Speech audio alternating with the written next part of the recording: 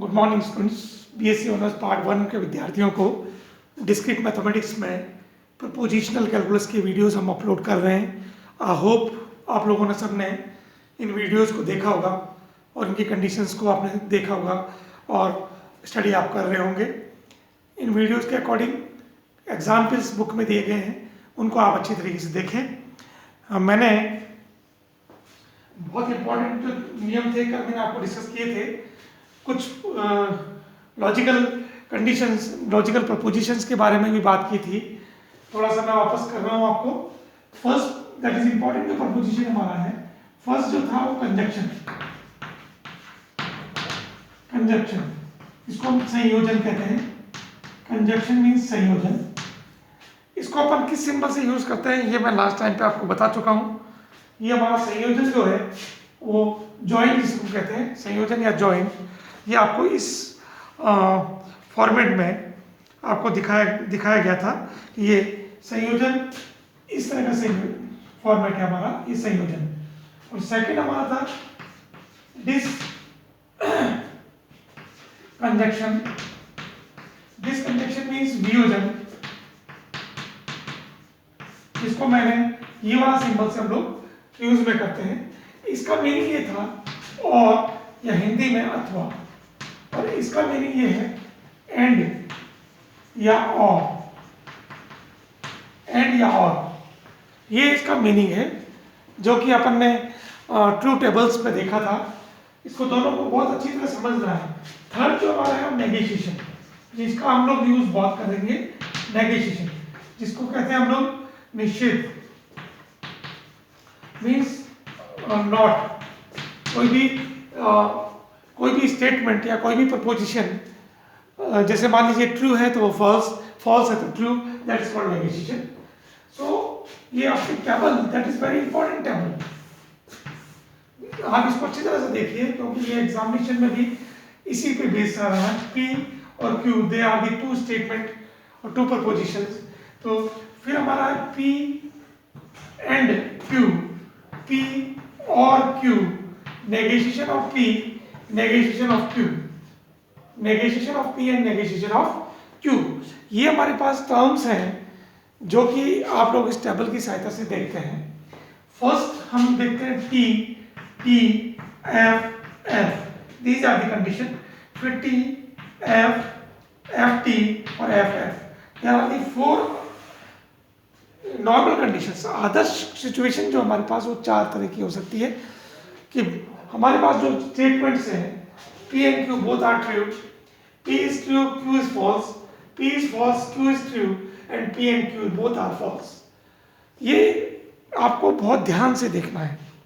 फिर इसके बाद क्या है कि हम जानते हैं इस एंड में जो कोई कंजक्शन से दिया गया है, मैंने आपको ये बताया था कि यदि किसी भी स्टेटमेंट में, इसके देखें ध्यान से, यदि किसी भी स्टेटमेंट में P और Q में, जिसको अपन लोग कंजक्शन के थ्रू ऐड कर रहे हैं, यदि F आ जाता है तो वहाँ F ही होगा। ये याद कर लेना, दिस इज एफ एफ, और ये हमारा T फिर T और दिस इज योर F। ये यदि किसी भी एक स्टेटमेंट में F आ जाता है तो ये संयोजन में, कंजक्शन में हमारा देखिए T T T, T F F, F T F, F F F, this is your conjunction. वियोजन देखें तो वियोजन में यदि अपने पास T आ जाता है, ध्यान रखना इसमें तो केवल हम F वाले को देखते हैं, इसमें यदि T आता है तो T T T, T F T F T, F F T T और F F F। ये बहुत इंपॉर्टेंट है चारों आदर्श कंडीशन के लिए। P और Q कथन के लिए ये हमारे पास। नेगोशिएशन में जस्ट इसका अपोजिट, ट्रू है तो false, false, true, true, true false, फिर ट्रू, फिर फॉल्स और फिर true. These are negotiation of P, these are negotiation of Q। ये अपने पास P का स्टेटमेंट है, यहाँ ध्यान से देखें, this is the statement of P, this is statement of Q, then P conjunction of Q, P conjunction with Q is given by this, P disjunction, वियोजन is given by this, negotiation of P, negotiation of Q। ये हमारे पास standard others condition में हम लोग इन table का use करते हैं और ये तीनों हमारे पास इनकी कंडीशंस हैं। आज मैं इसकी लॉजिकल ऑपरेटर्स में कुछ और कंडीशंस के बारे में बात करेंगे, वो मैं आपको इन्हीं पे बेस्ड आगे बताने वाला हूँ। आपने इसको क्लियर देख ही लिया कि हमारा ये जो है P दिस वन Q, ये हमारा एन कोसाइन को रिप्रेजेंट करता है, या और हिंदी में और। फिर P join Q is given bye और, जिसको कहते हैं हम अथवा, जिसको हम कहते हैं अथवा। ये दोनों चीजें। अब इसके बाद जो हमारे पास आर्टिकल है, वो आर्टिकल इज गिवन बाय, नए शब्दों से, नए नाम से हमारे पास इसका आर्टिकल होगा। वो आर्टिकल है तर्क संगत संयोजक। तर्क संगत संयोजक NAND, नन तथा एंड NOR, नॉर, ये दो लॉजिकल कनेक्टिव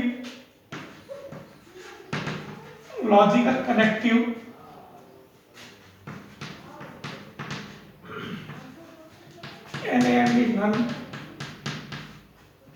एंड नॉर, ये इंपॉर्टेंट है। दोनों हम लोग इनके बारे में डिस्कस करेंगे। नन और नॉट, जो नन वर्ड है NAND, नन जो वर्ड है, ये वर्ड हमारे पास वर्ड्स नॉट एंड तथा A एंड B, ये ध्यान से देखें, नॉट और एंड से मिलके बना है NAND, नंद।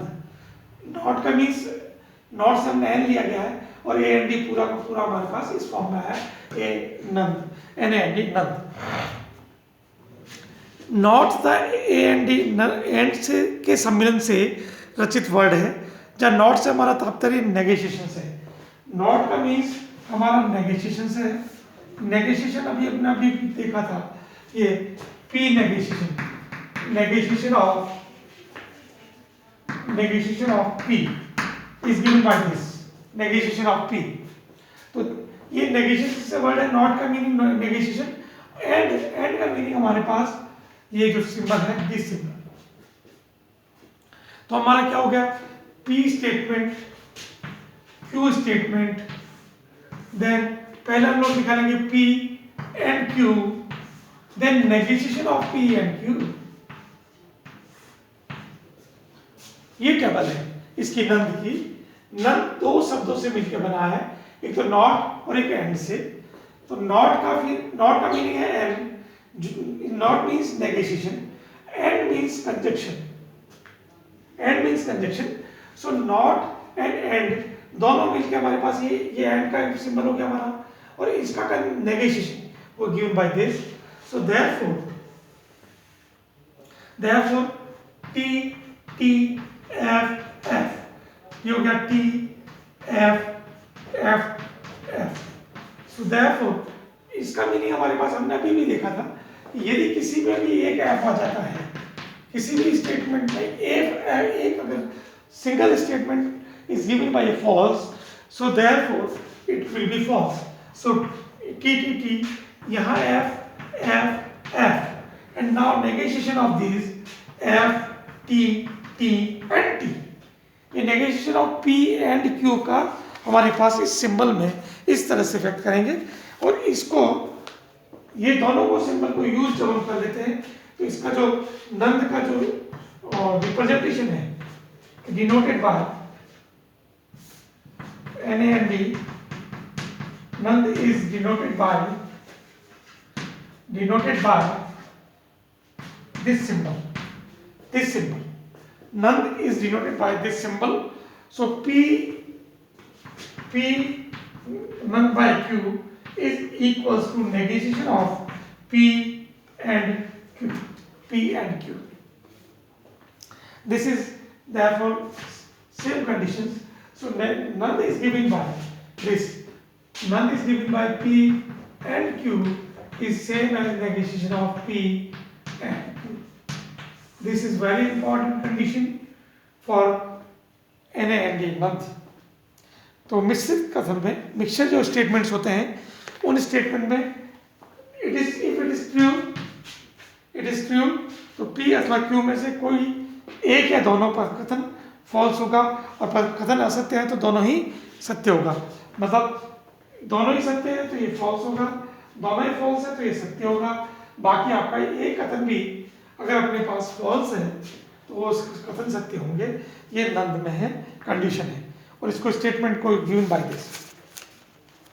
किसी भी टेबल की सहायता से अपन इसको प्रूव भी कर सकते हैं। ये जैसे कि मैंने टेबल आपके सामने दी गई है, ये टेबल हमारे पास है, ये टेबल से हम लोग इसको लिखते हैं। तो ये दोनों की दोनों टेबल आपका इस फॉर्मेट में चाहे उस फॉर्मेट में, दोनों में ही आप निकाल सकते हैं। अगर इसका डाउनवर्ड से मैं देखूं, डाउनवर्ड से इसको अगर मैं देखें तो इसको हटा रहा हूं मैं यहां से।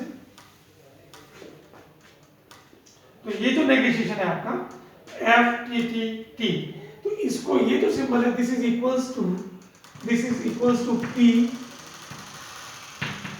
Q एंड एक अदर स्टेटमेंट P और Q पर देखें तो हमने कहा था कि इसमें T है तो T होगा, ये T होगा, फिर T, फिर T और फिर F। ये इसका ये वाला और वाला कंडीशन। तो negotiation of P and Q is given bye P नीचे की ओर सिंबल करते हुए Q, this is given bye F and T। इस टेबल को अच्छी तरह देखें। यदि मैंने पहली कंडीशन ली ये वाली negotiation of P and Q की, तो P arrow by Q is given by this and P और जॉइन ये और वाली कंडीशन P जॉइन Q। तो देयरफॉर हम जानते हैं कि T के रिस्पेक्ट में T होगा। So this is symbol by नीचे जो एरो है हमारा वो P नीचे जो एरो है वो Q से डिनोट किया गया है। तो this is your Nand condition. और इस पे हमारे पास टेबल्स हैं, इनकी सारणी की सहायता से आप इसका मान निकाल सकते हैं। फिर आता है लॉजिकल इंटरफेरेंसेस।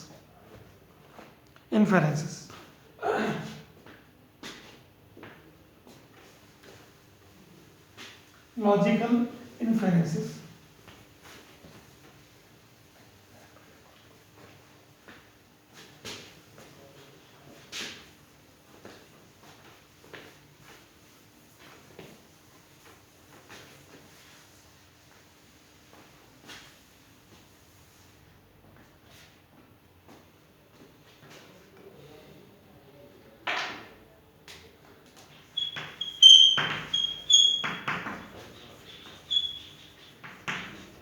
Logical inferences. तो लॉजिकल इन्फेरेंसेस मीन्स तर्क संगत अनुमान, तर्क संगत अनुमान। लॉजिकल इन्फेरेंसेस तर्क संगत अनुमान। यदि कोई इम्प्लीकेशन एक पुनरावृत्ति है, यदि कोई इम्प्लीकेशन एक टोटोलॉजी है, तब तर्क संगत अनुमान वैध कहलाता है। If any implication, if any implication has a tautology,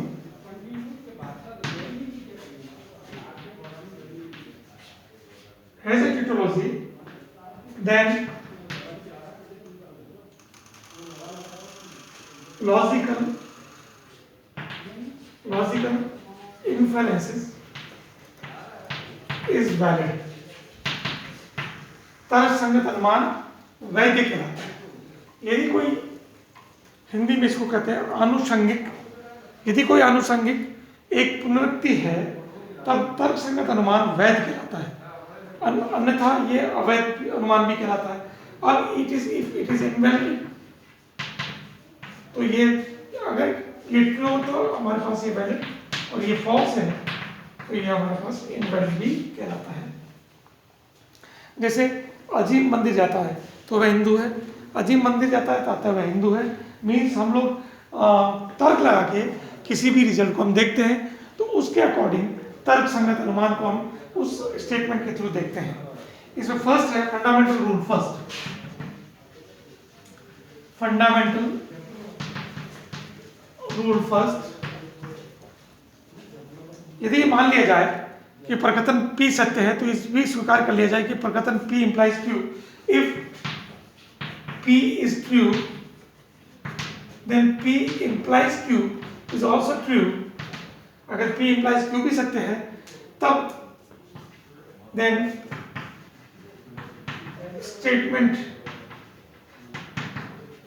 Q is true.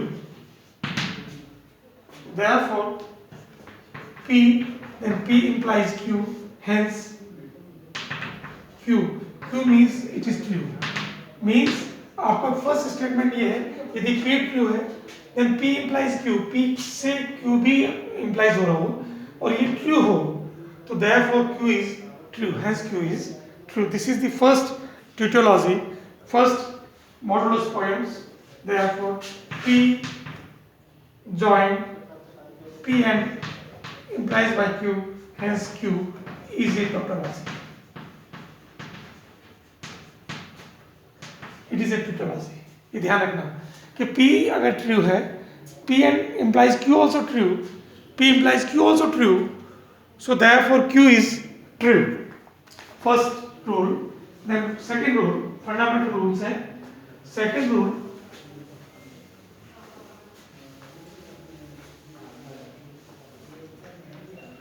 rule number 2. Second rule, if P implies Q, second Q implies R, both are true,